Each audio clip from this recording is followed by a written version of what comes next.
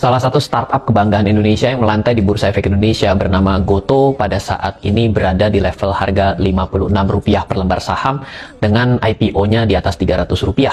Jadi kalau kita hitung-hitung, mungkin ada orang yang memiliki di level tertinggi sekitar 80%-an kerugiannya. Dan juga ada informasi bahwa dari pemegang saham dari foundernya yang menjual, ini menjadi satu pertanyaan besar, apakah saham ini masih menarik karena foundernya sendiri menjual sahamnya. Ya, sebenarnya ketika seseorang menjual saham, alasannya tidak selalu karena dia merasa tidak memiliki prospek.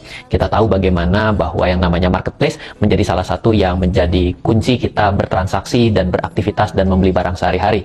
Terbukti dengan yang namanya Giant juga telah mengalami penutupan, bangkrut, dan juga Hypermart juga yang dalam kondisi yang cukup sepi. Berarti sebenarnya ada transaksi kita yang sudah mengarah kepada digital.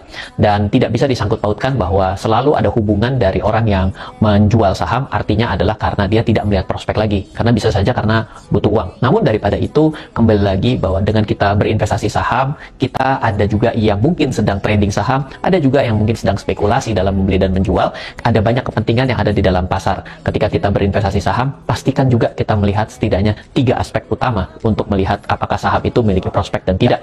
Yang pertama adalah bagaimana terkait dengan pendapatannya. Yang kedua, bagaimana terkait dengan hutang-hutangnya. Yang ketiga, bagaimana terkait dengan labanya. Kalau perusahaan pendapatannya semakin hari semakin turun, hutangnya semakin hari semakin naik, dan hutang dan juga labanya justru malah rugi semakin hari semakin besar, maka itu merupakan ciri-ciri saham yang kurang baik. Namun bila pendapatannya naik, tapi hutangnya mungkin bisa mengecil, dan dari rugi bisa berubah menjadi positif ataupun laba, mungkin itu menjadi salah satu indikasi dasar bahwa perusahaan itu bisa berprospek ke depannya. Semoga ke depannya kita bisa berinvestasi dan bertransaksi saham dengan jauh lebih bijak dan lebih sehat dalam kita menilai kelayakan sebuah perusahaan.